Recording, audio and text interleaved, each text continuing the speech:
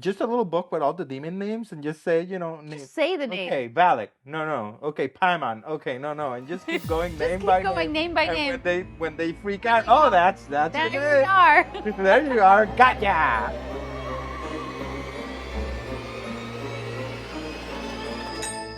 Hi, I'm Caitlin. And I'm Charlie. And welcome to Outsmarting the Shadows, where we help you survive horror movies. Yes, indeed we do. And this is little Milo. Milo here. He's upset. He's always upset. Because when you don't pet him, he gets upset. Okay.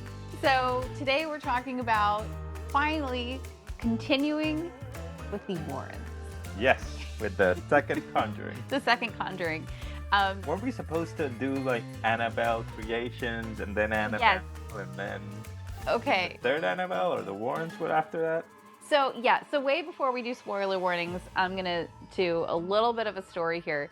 I looked up the story of The Conjuring and sort of the universe and what you're supposed to watch in order, and I got it totally wrong. And then, so we watched The Conjuring, we watched The Nun 1 and The Nun 2, which are sort of fit, like the nuns were, or the nun movies were back in the day. The Conjuring obviously happened in the 60s or 70s. Yeah. So I was like, all right, not too bad. And then we were going to do Annabelle, Annabelle Creation, which happens back in like I think the 17 or 1800s. Okay. So I was like, okay, that kind of makes sense. No, Annabelle Creations, I think it was in the 50s. Or the No, 40s. I thought, no, not create, like, that. I think that was the first Annabelle. Anyway, I don't know. But by the time we got to the point where I was like, okay, we're ready to start watching the next in the universe, I missed the Warrens. So I just want to see the Conjuring I just want to see the Conjuring too. So I just decided that I'm just going to watch whatever we want. That's right. Because we can do what we want. That's right. It's our podcast. Yeah, we do what we want. So you look up the order in which you're supposed to watch the series if you want. But honestly, you're an adult. You watch it however you want. Yeah.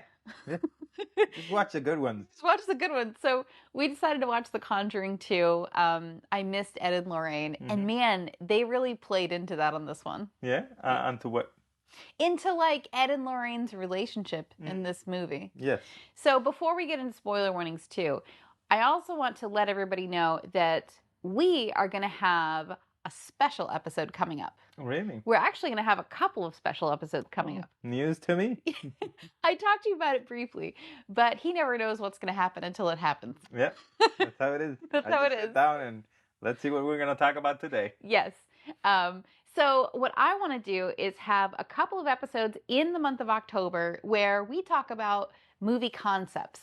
So really familiar scenarios or different particular genres. One of them that you and I really enjoy is called mystery horror, where it's horror, but it's also kind of formed around them trying to figure something out. And we're going to talk about a couple of movies that we've seen already that are mystery horror and some survival techniques around that. And then we're also going to talk about some scenarios just in general that horror movie protagonists face. And we're going to try and get out of it. Okay. So that's going to come up this week. Right now, spoiler warnings. Spoilers. If you haven't seen The Conjuring 2? If you haven't seen The Conjuring 2, shame. King, king, king. What year did it come out? I don't even remember. So this movie came out in 2016. 16. Okay. A little while ago. And what do you think the budget for this movie was? Oh, this movie, I'm pretty sure had a budget. I think $1.5 million, $2 million. It had a $40 million budget. Jesus. That's a lot. I was way off. I mean, there was a lot of There was a lot of VFX and stuff. How much do you think this movie made? I don't know, 150? It made $321.8 million. Made buku bucks. It really made, I mean, that's why they were like, okay, we're going to keep this going. We're going to keep making more movies. Yeah, and in my opinion, not even the best Conjuring. Like, I thought it was good. Yeah, it wasn't the best. But it was kind of formulaic. Yeah, formulaic, a little dragging at times, but it was okay. Be warned, we're going to talk about houses a lot. Yes. Right off the bat, we go back into a movie that we talked about, which is the Amityville Horror. Yes. It's interesting that they kind of like shoot the opening scene of Ryan Reynolds Amityville Horror. Yeah. It's very, very similar. I guess, as they're basing it off of real life events, it's gonna mirror what happened in real life. Well, here's what I think happened. So The Conjuring comes out. It is like this worldwide phenomenon that they never expected. They were just making a horror movie, and they happened to feature the Warrens. Yeah. Suddenly, everyone is clamoring for the Warrens, and their most famous case was the Amityville Horror case. That was really what propelled them into stardom. But they didn't do the Amityville Horror. That's the thing. This movie. They don't. I don't think that they have the rights to it. At least I'm assuming. This is my theory. Okay. So, because remember, they didn't really talk about. Yeah, they just showed. Specifically, they showed the windows. They showed the windows and them in a room, kind of like, but nothing in particular. Then they only talked about the real life Amityville. Like they talked, I mean, you can talk about a real life horror event. Okay. But then they said, this guy murdered his family and then the Lutzes were here, so we're investigating based on the Lutzes. What I loved about this is we watched the Amityville Horror earlier in our horror movie podcast. Yeah. So we were we kind of created our own story. Right. Around it. Okay. So the continuation of that movie. Okay, so Ryan Reynolds left, right? He left. His wife saved him. They killed no one, and now they're investigating him and what they're, what they saw in the house. What they said that they saw in the house. Yeah. So when we start off, Lorraine is doing a seance with her crew, which they had the same actors for the crew. It had the same actors. They clearly couldn't afford to go to London though later, right? Because you don't think it was filmed in London? Well, no, I'm saying like the case that they end up going towards in the movie is set in London. Yeah. And they didn't bring any of their people. They didn't bring their crew. They didn't bring. They are their U.S. crew. Yeah, they're U.S. people, and they had London people. Yeah, they had London people, and then they had U.S. people. Yeah, I wish that they would continue that. They have a guy. They have a guy who has a guy. In that position where I have a guy. I have a guy. Yeah. So she's doing a seance, and Lorraine sees. Basically, she has a vision of Valak, which was so cool because at this point in the chronological world of The Conjuring, no one knows who the nun is really. Right, because the Nun movie, the one and the second one haven't come out. Yeah, yet. they came out in 2018, 19, and then 2023. Yeah, the second one came 2023. So supposedly, if you were watching this in chronological order, the nun hasn't happened. Yeah, so you just see just a nun. Yeah. Just a demon dressed as a nun in her dreams. And that's all you know. We, of course, have the information when we're watching this movie that Lorraine and Ed don't, which is that this is a demon. His name is Valak. Right. He is. Which to this, in this movie, you see that the priest in the nun in the first Nun movie, he really dropped the ball. Yeah, he really didn't know what he was doing, but we'll get to that in a bit. Right, we'll get to that.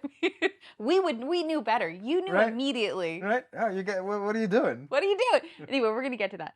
So, Lorraine is having this vision quest in the house, and she's basically the killer watching them get murdered, I was really concerned that the killer was going to turn in the mirror and see her. Grab her or something. Or throat or something like that. Yeah. So she goes through, horrible things happen. You guys know, you saw it. And she ends up in the basement because a little kid is calling her to the basement. Always ends up in the basement. Yeah. This I would have just, okay, come back. Okay, it's time to go back. But no, she's like, I just need to know. Florida, there's not a lot of horror movies set in Florida because there's not a lot of creepy basements. Should we do a Florida horror movie called The Florida Man Attacks? Right. He doesn't even have to attack. He just has to live his life, and it's going to cause horror. Yeah.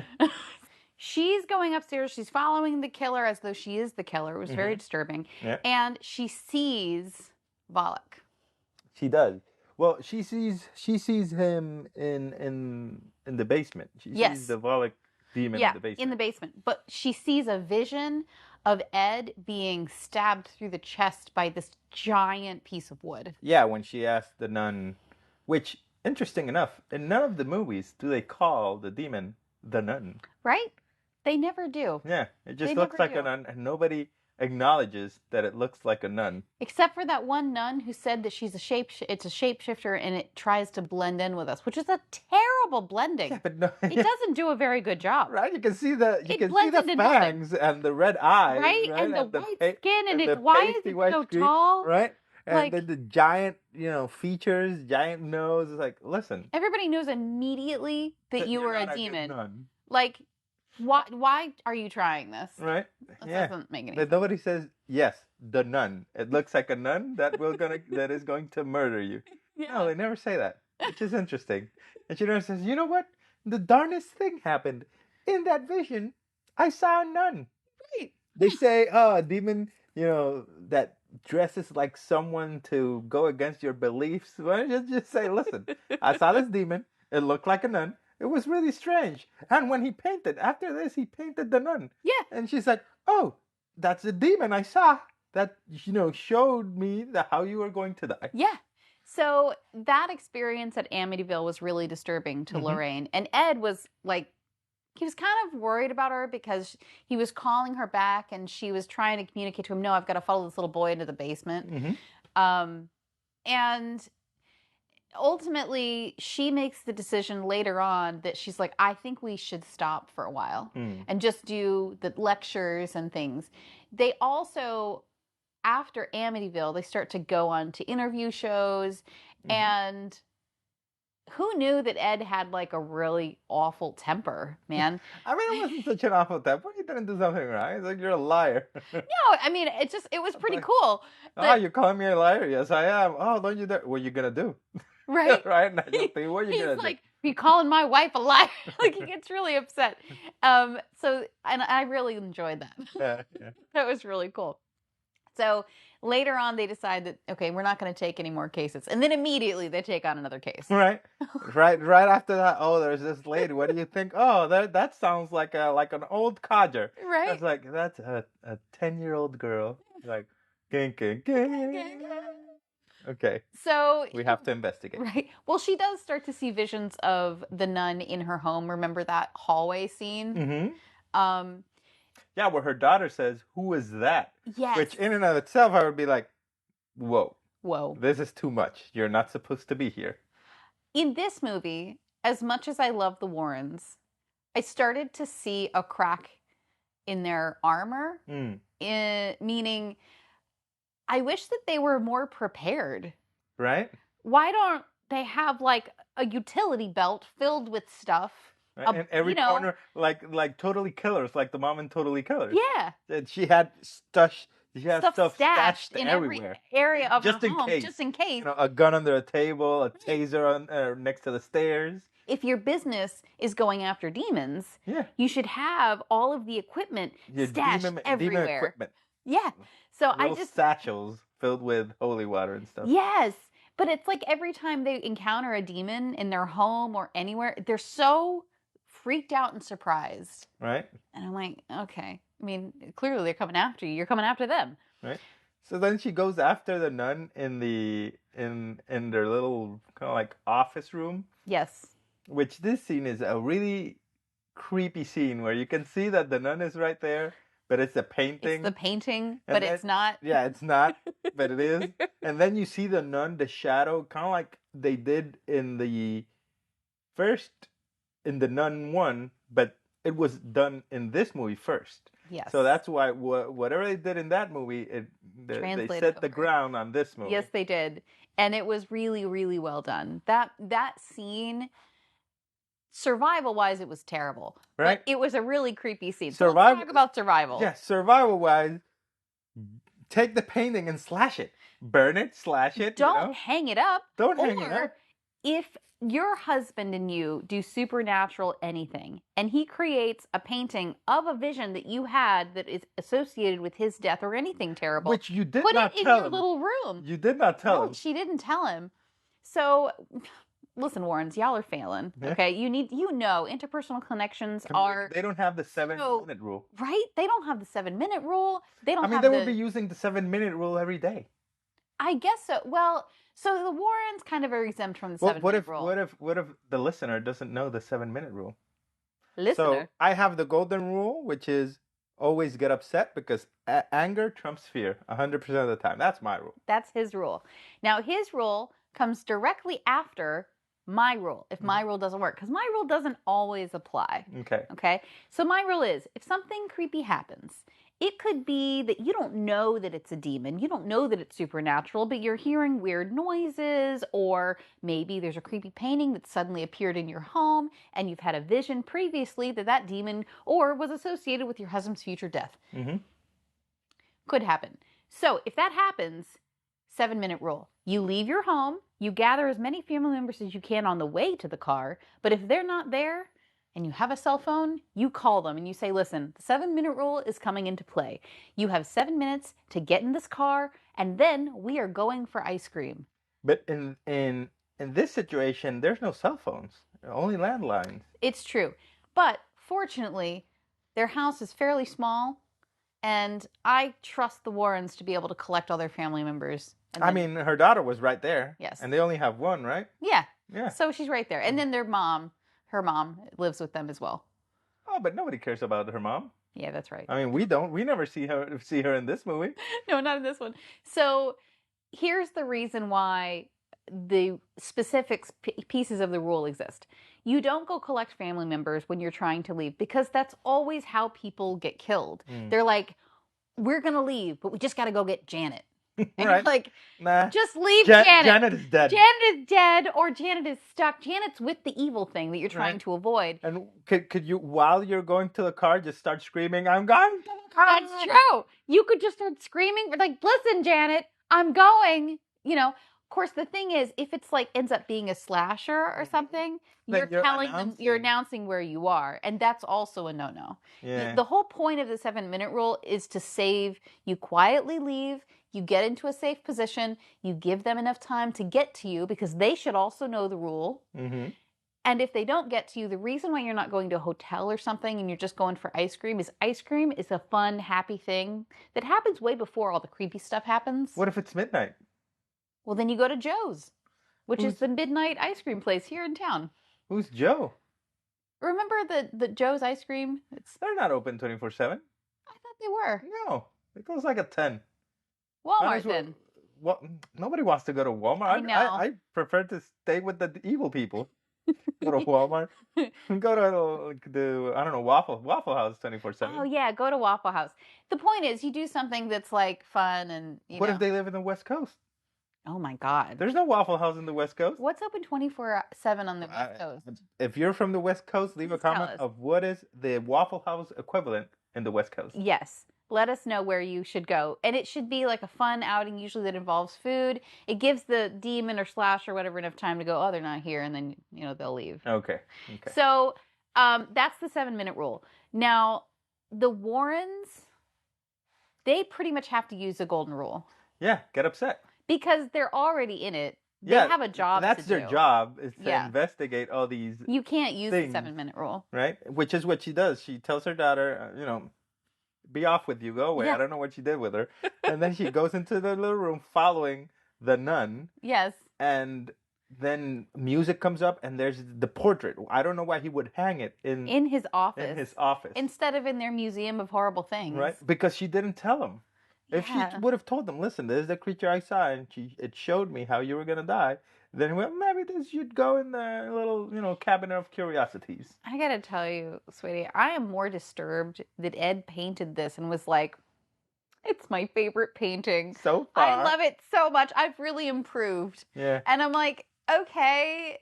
I mean, it looks creepy. Mm-hmm. And then the other painting that we see he's done in his office is of the tree. Of the house in the first one. And I'm like, what kind of a painter are you? He just paints. I wish that he had a little painting of Annabelle. Right? In a little corner somewhere. I would never see that. Well, it's not cool. But Ed has a lot of good qualities. He's apparently a very sensitive painter. He fixes everything. Right? Every Everything. time he goes into a client's home, he just fixes stuff. Yeah, he goes like, what do you have broken? Right? Can I fix something while we wait? I noticed that this faucet isn't working Right? so well. So your carburetor is shot. I got that. Fix your carburetor? I mean, you kind of want the Warrens to come, and you want to almost maybe fake a demon, because he's going to come in. He would fix so much in our house. Probably cheaper than a handyman. Right? Cheaper than a plumber? Yeah. Cheaper than a mechanic? He definitely just wants to help. Yeah, I mean, the church pays them. You don't have to pay them. Right? So what did he fix in this one? I need to do a tally of all the things that he's fixed. So in the first one, he fixed a car. Yes. Right? In this one, he's fixing plumbing. Not only plumbing, like something to do with the cabinets, a door. Right? Door, cabinets. He like fixes a lot. He's very handy. Yeah. So let's fast forward to the family that we're helping. Okay. It's the Hodgins.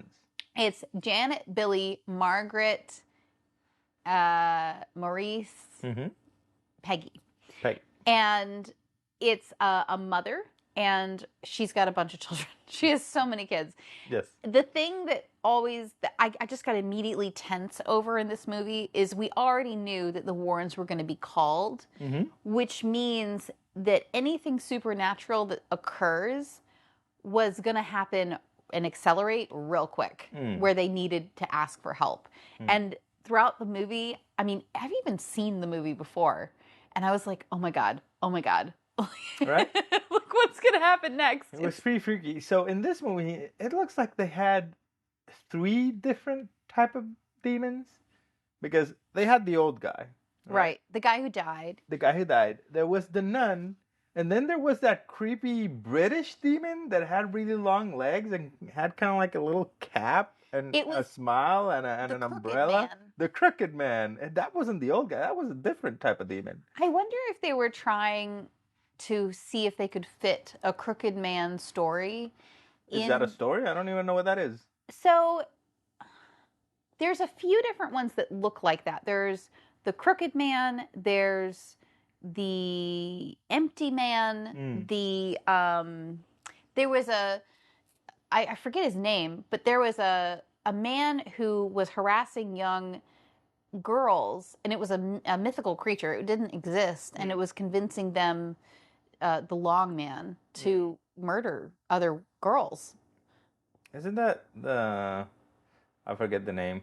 Yeah, I'll tell you if I remember. Yeah, we'll have to remember. But that same creature has existed throughout a lot of different areas. And remember, we watched that one movie where Slender it said Man. Slender Man. And remember, isn't that like a new thing? That wasn't around in the 70s, I think.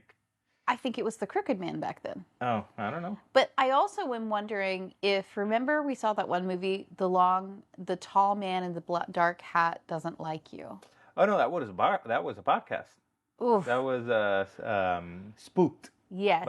in Luminary. Yes. Yes. You guys have to go check out Spooked if you like our podcast. And want a horror story podcast of people saying just horror stories? Horror story podcasts are amazing. Yes. So that story, I think they might have been trying it out with audiences. Because it was that, and I thought that was pretty creepy. Yeah, it was creepy. It wasn't necessarily scary to me because he didn't really do a lot. No, he was just creep you out. Just laugh in your face. Just a creepy old guy. Yeah, but that's not the old guy. That was the creature with an umbrella and a hat and extremely long limbs, just walking around like, I'm gonna grab you, but he doesn't grab you. He doesn't hit you. Yeah. He does nothing. That's all he does. That's all he does. Oh, and he turns from a dog into that creepy creature. Oh, that's right. That was so weird. That was really creepy. Yeah. That was scary. So we're introduced to this family, and in particular, we have Janet, who's the second eldest daughter. And she starts to experience pretty quickly possession. Right. She's the middle child. She's one of the middle children. No, she's the only. They have 3. No, they have 4. Which was the fourth one? No, they have the older sister, her, and the little kid. There's just 3. Billy? Yeah, that's the kid. That's the kid. Okay. Well, I don't remember. Because every time they have a lot of children, it's a little bit confusing. Yeah, but this one's just 3. Okay. So so Janet, she starts to experience these things at night, and the knocking got me. Right? The loud knocking. The loud. It's banging. It's not even knocking. It's banging. And the fact that nobody else wakes up. Right? It makes me feel like my go-to of, we'll just scream and like wake everybody up, like might not have worked. Yeah. You just don't. And I felt paralyzed for a few seconds with fear. She could just go. So she sleeps with her sister. Just whack her. Just listen. Yeah. Grab her by the feet. Shake her like a little whacking. Get up. Get up. Creepy things are happening. Right? No, just do that. Or get upset. It's true. Get upset at her for not waking up. Right. Why wouldn't you wake up when there's creepy things happening? Right. That seems reasonable for a sister to do. Pinch her in the arm, like, ah. I love that you have stories that sound like what you did with your brother. Yeah, that's what you do. Listen. Aha. Or you slap and then you go to sleep. Right. So she'll think there's something creepy happening. She's got to deal with it. And then you're both in the creepiness. But one of them is fake because it was you. Right. Yeah. That's what you do. And you're like, yeah, somebody pinched me too. Yeah. Yeah, look, it's red. You just pinch yourself. Oh my God. You're such a brother. I love it. Yeah, that's what you do.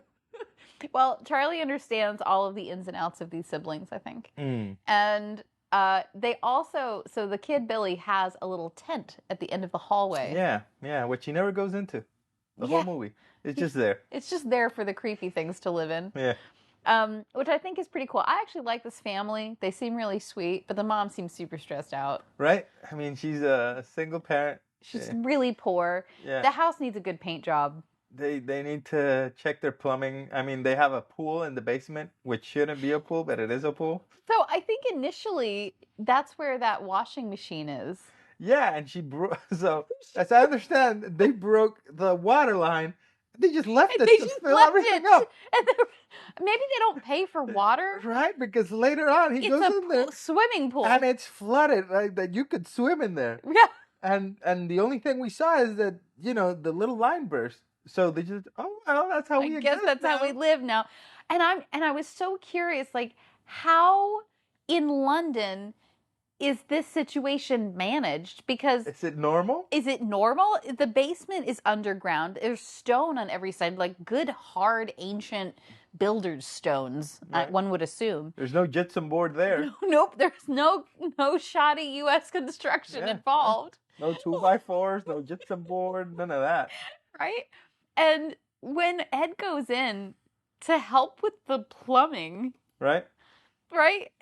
It is all underwater. It is all underwater. And I would be like, nope. It's like waist deep. Yeah.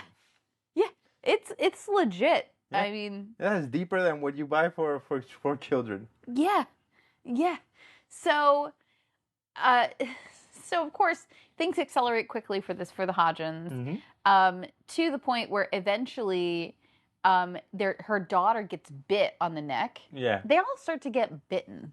Yeah, it is a weird old codger to bite, little children. Yeah, because the vision that she sees, so Janet starts to do sleepwalking events where she goes and she's sitting in this old leather chair that's in the corner of their home. Right. And she disappears and whoop, reappears right next to the chair. Yeah. Which is creepy in and of itself. And then she starts to tie herself to the bed. I thought that was a really smart technique. Because at one point she is going to kind of like go, but then the noose kind of like stops it. Tightens it. It stops her. Stops it. She slams on the floor of her bedroom. So that means somebody was carrying her? No, I guess creepy. Somebody woke up, they would see Janet floating downstairs. Right, because carried. Janet's dead. Yeah. So it gets really bad. They start to see a bunch of stuff. It gets really dangerous. And the family, they do all the right things. Yeah. So she believes her daughters every single time. He doesn't believe her at first. Oh, really? She just wanted to sleep and she's fighting and she goes in. But when they're going to leave the room, the dresser moves by itself and slams against the door. So she saw it. Oh, that's true. That's true. She was like, come on. I need to sleep. I want to sleep. You girls, she's just upset at them. And then it gets sounds like, oh, so there is something happening. Yeah, real quick that starts to happen. And they did the 7-minute rule. Yes. They just, let's leave. They left the house. They went to their neighbor's house, and they called the police. They called the police. It was perfect. Right. And I thought for sure, I was like, the police are going to get there, nothing's going to happen, and they're going to Yeah, but it's crazy. interesting. They put the chair and the chair go like, woo. So the police start to move objects in the home, and then the ghost moves the objects back. Right. And they're... Listen, we're going to file a report. I love their attitude. The police are like, this may be beyond our understanding. Yeah. It's way beyond our capabilities, so Right. we're going to file a report. Make sure that it's documented somewhere that this happened to us. Yes, but then they recommend that they call a priest, and the priest, of course, calls the Warrens. Yeah. So... And that's when he goes with the tape, and they're like, oh, that's a little old codger. And he's like, no, that's a 9-year-old girl. Well, yes. So they've interviewed Janet, and Janet, so like a radio, not a radio station, a TV station interviews Janet. Yeah. And the demon starts to speak through her. Man, you guys know the classic creepy demon voice, and that gets me every time. Yeah, well, in this one, I feel like in this one, they just used a little bit too much of the girl's voice. It could have, so they melded it like, it could have been the little girl just, faking it. I think that was the point, though, because this was a real case. Yeah. And I wonder if they tried to emulate as much of that as possible, but also make it entertaining and spooky. I don't know. Maybe. So I have a survival tip. Okay. Survival tip. If your plumbing breaks, fix it. Because mold, water damage. Mold, water damage, I guess. Expensive, I don't know. They're not concerned with water rotting the stone, because that won't happen. But their floor is paper thin. Because the part when he's under there a little bit later and he breaks the floor and then he wiggles through the floorboard. Oh, yeah. That floor looks like there's a lot of water damage on that floor. Yeah. Like you could be walking through that floor, on that floor, and you just fall through to the water below. Yeah, I wonder how it got so I mean, it can't get water damage that quickly, can it? I don't think so. Unless it's just submerged in water, which it wasn't. Yeah, I don't know. But water damage is a real thing, and you should address it. I mean, not, Otherwise, this family has done all the right things so far. Not across the pond. Water damage there is normal. That's just how you live. Oh, a pipe burst? You just leave it. Yeah, now you have a swimming pool. Better put some chlorine in there. Yeah, put some chlorine. You have a nice swimming pool in your basement. Yeah. No more washing clothes, though. No more. Well, you could dunk them in there, and hope for the best. Dunk it in and then hang it on a clothesline. Yeah, but in a separate room because the humidity is going to make them all moldy. I mean, don't hang them outside because it rains 300 days a year. Yeah, allegedly. Is that true? Is that true? Does it rain a lot? Anybody out there that lives in London? In London, does it rain 300 and some odd days a year? Yeah, I don't know. Never been. Well, we'll go. Yeah, someday. So, the Warrens come and help the Hodgins. They are introduced to this family. They start to try and do what they normally do, which is document everything and get a sense of who this demon is. And I love that they're so scientific about their documentation and sort of trying to understand what's happening. I am extremely concerned with the facts that the mother is also trying to work during this time, and like the kids they're not really going to school. Like it just gets, I'm worried about the logistics. Yeah, she has to work. They need money. Yeah. I mean, who's paying the Warrens? She's not. Is anybody paying the Warrens? I mean, they have to make a living somehow. I don't know. I believe the church pays them. Maybe the church does pay them as representatives. Yeah, because the church can use them when the church doesn't want to get involved. So we have a couple more incidents, and then at some point, Janet fakes an event where a demon is inside of her by throwing things and destroying the kitchen when there is a camera watching, and we see that it's not a demon, it's a crazy little girl who's freaking out. Throwing stuff around and just bending spoons, It's interesting that at this point, though, we've also seen her get folded up into a weird supply closet. Right? We've seen her... Well, she wasn't the one. It was the old... Yeah, she was the one folded into that weird supply closet. Yeah. She's disappeared. She's gone through walls. She's gone through, she was stuck on the ceiling, and then that old codger just pulled her up through the roof into the room, which that was interesting. I was very concerned with all of the damage that they were wreaking on this house. Right? How is she gonna financially recover? They will never financially recover from this. Yeah. It just gets real crazy. Yeah. They start to figure out after the everybody, the cameras leave, the cops leave. Yeah, It's just fake. Yeah, the Warrens are like, we're not allowed to be here if the church says that it could be fake. It just doesn't make sense. So they get on this train, and then Ed has this great idea.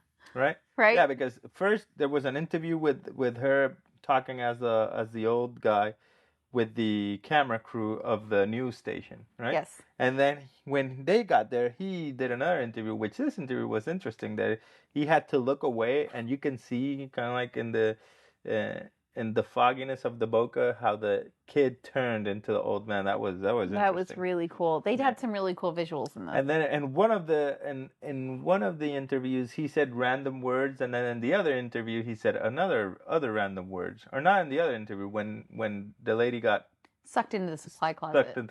You could tell that whatever was working its way through her was trying to send a message. Mm-hmm. So he put these words together while he's on the train and they're ready to leave. And they figure out that the ghost of this old man that is in Janet is actually saying, it won't let me leave. Mm. So the old man wants to, go move on to his next whatever. And there's a demon preventing him from doing that. So that's trying to disguise itself. And the demon is the nun. Is Valak.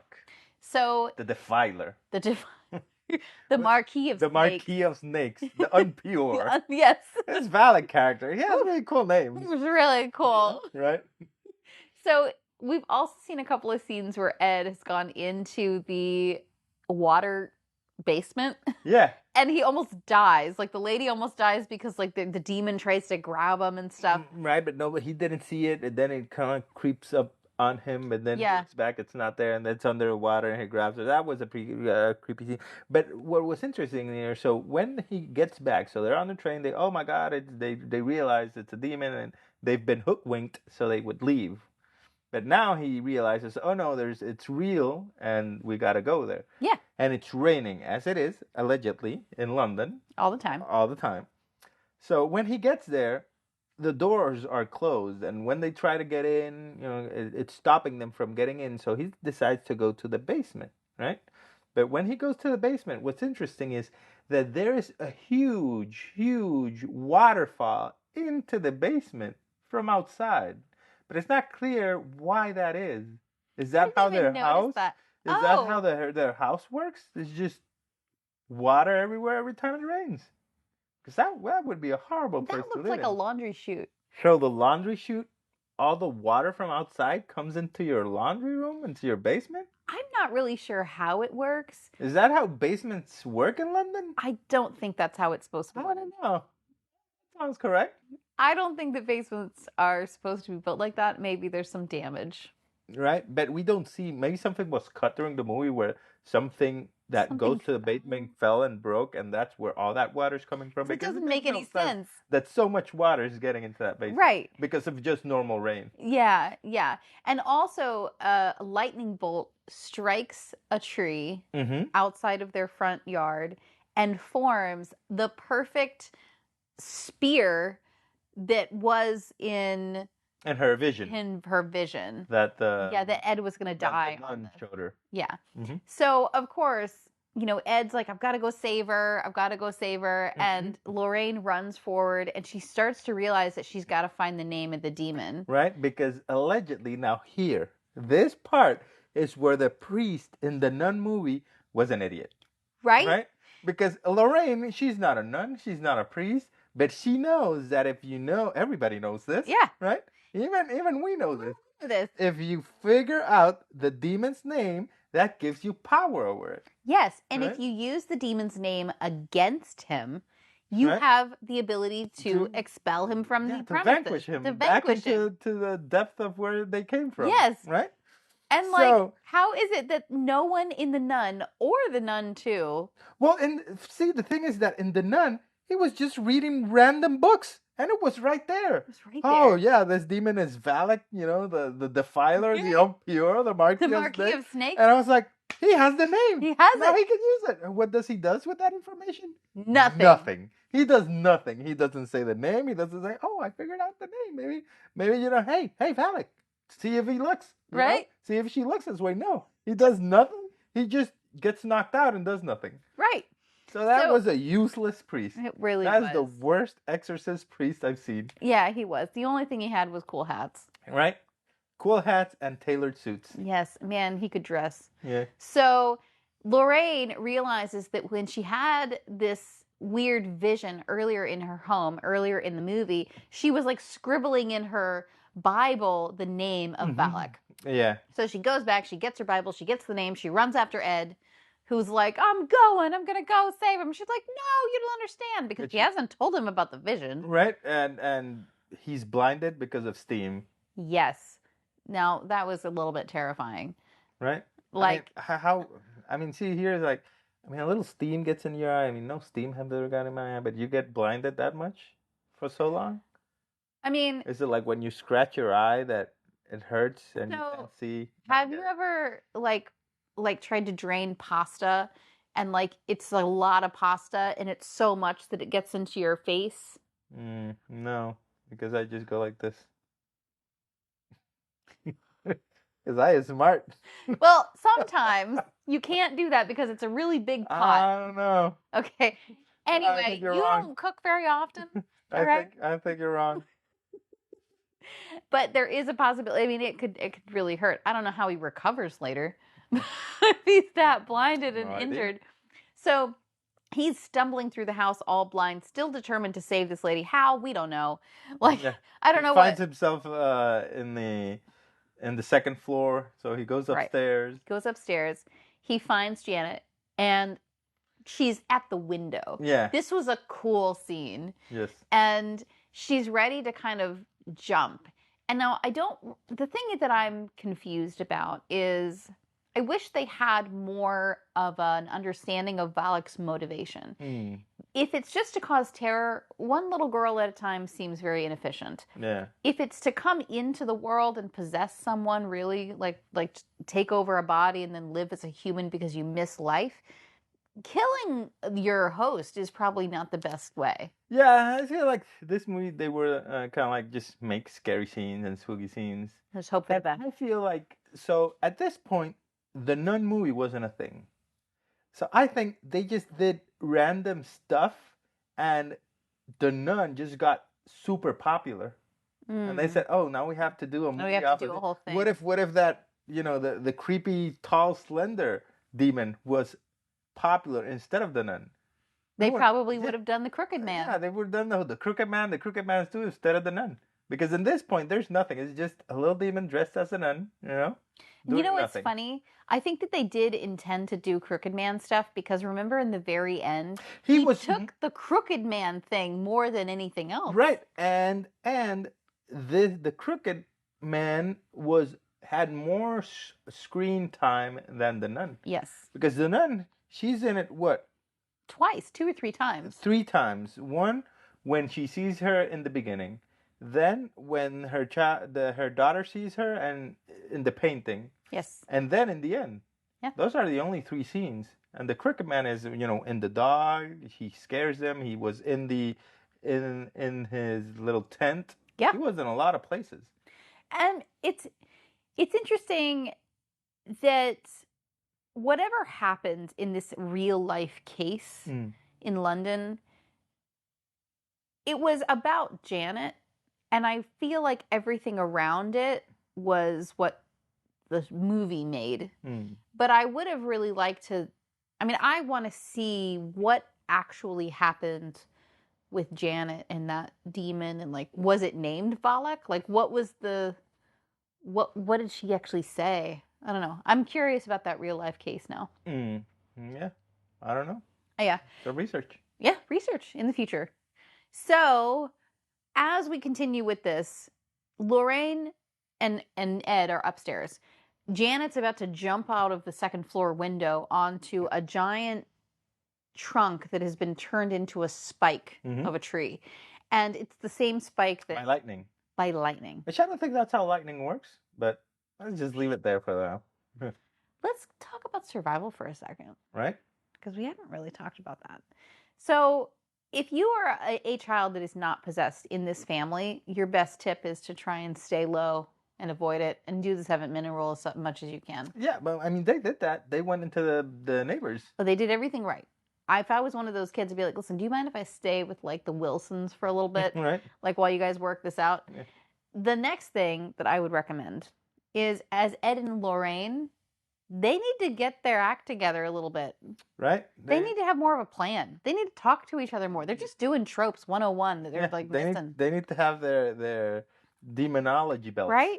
They need to have more conversations. They need to powwow more. They need to have like they company need their little meetings. satchels with tools, with exorcism tools. They should have little things, tools with like holy water, a Bible. They should have lists of the demons that they know and then the symptoms of each demon at this point. All the names. All the names. And just a little book with all the demon names and just say, Just say the name. Okay, Valak. No. Okay, Paimon. Okay, no. And just keep going name by name by name. When they freak out, that's your name. There you are. There you are. Gotcha.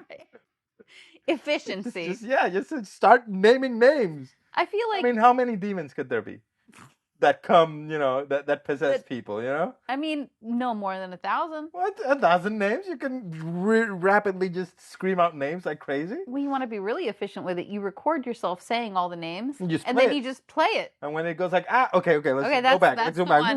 Okay, is this one? No, that one. No, this one. Right? The other thing that I think Ed really wanted to be like a camp counselor / janitor. Like a handyman. I think that's really was his calling, because every time he just is fixing stuff. That's all he wants to do.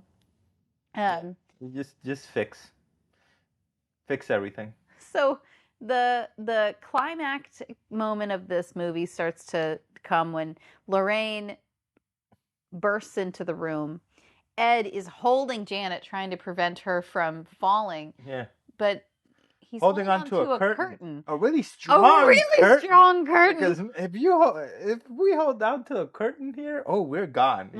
You're impaled by the tree. You grab the curtain, and in that same moment, you're dead. Yeah, probably, British curtains are strong. Well, I wonder if it's because all of their homes are made of stone. Everything has to be drilled into stone. Yeah, but the curtain itself, it had little rings and it had a tube, so it was a strong curtain. Yeah. I mean, props to whoever did that. Yeah. Good job. And it was slowly, not one at a time. It was not all of a sudden. It was slowly inching.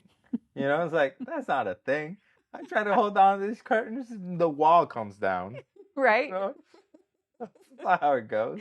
So then she sees the nun in the corner, and she starts to name its name and grab onto Ed. Give you power. I know your name, Valak, and she just said the name, and she disappeared. So all they had to do was, all this could have been, all this could have been easily solved in the first nun movie when he read from the source, the unpure. Yeah. The Marquis of Snakes. Valak. He could have done, listen, the name is Valak. We just say the name and they'll disappear. I'm curious, because remember they said that they exorcised, was his name Maurice in the nun, like the guy who was possessed? Maurice. So remember Maurice, they exorcised Maurice in the Conjuring 1. Yeah, and that's how the nun got. That's how the nun got out. Yeah. And so that's why the nun in the Conjuring 2 is tormenting the Warrens. Mm-hmm. Okay. I just wanted to be sure of that. It doesn't really make sense to me that now that the nun has been exorcised from a person, what are the rules of the demon? Like, how is it capable? Rules don't matter. They change them all the time. Okay, so I love The Conjuring. That's why I think The Nun got so big that they say, oh, now we got to shift and make movies out of this. Because Yeah. it's big. Well, I love this series. I love the Warrens, but the demons don't make any sense. And maybe that's the point. Like maybe demons won't make any sense, but how are we going to survive against something that makes no sense? I don't know. Just 7-minute rule and get upset. Right? And if you These know are the the only rules. And if you know the name, you tell it to everybody who's willing to listen. Yes. I actually think that maybe in your home, you should have a list of all the demon names that you could possibly come up with. Maybe we could do that. A little demon name book. Yeah, right? A demon name You book. can use it for your children or to expel demons. I wonder if we could come up with a demon audio that you could just play. With all the names? With all the names. Yeah, but what if it's in Z? If it's in Z, you got to go through A's, the B's, the C's, and by that time, you're going to be dismembered. That's not going to work. But here's what you could do. You just play it randomly on a Sunday afternoon. Yeah, but remember, demons, they can play and pause recordings, you know? I mean, what if you password protected your computer? Yeah. I mean, they can't get into your computer like if it's password protected. I know, because you know they can finagle with the electricity. Okay, so the demons will finagle with the electricity, get the password, go into your computer, and stop the recording. Maybe you can have a UPC, an uninterrupted power supply. There you go. But would they finagle with the power supply? Well, if they finagled with the power supply and it was uninterrupted, then they interrupt it. All it would do is stop the power supply for it. Wait, that would be bad. Yeah, that would be bad because you need power. So you gotta think about this. There's no way. I've not. I think it's better for you to just have a little book and just start reading. No, that's true. That's a lot to ask of our listeners. If you want a compendium of demon names, let us know. We'll make it happen. We can make that happen. Yeah. Okay. So, did you survive The Conjuring 2? Did you come up with more rules than we did? Unfortunately, because there's not a lot of logic to this, I think the 2 golden rules kind of apply. Right. Just leave to the car, which they did that. They left. Yeah, the 7-minute rule. They left for their neighbors. Their neighbors, and the mom got upset at some part. Yes. Yeah, she was really like, did. Get back, get behind me. Yeah. She was in it. She was in it. She got angry, not scared. Yeah, that's what you do. So, let us know. Like this video if you're watching on YouTube, and leave us some comments. Yes, leave us some comments. comments. You survived. I do have to thank all of our listeners who've been commenting so much on some of our videos. We really appreciate it. We do try to respond to everybody as quickly as we can. Please remember that if you have any suggestions for survival tips, that's what we would love to hear. We also would love to hear movies or TV shows that you want us to cover. Yeah. So thank you so much, and remember to be safe, be vigilant, and be the last one standing. Always.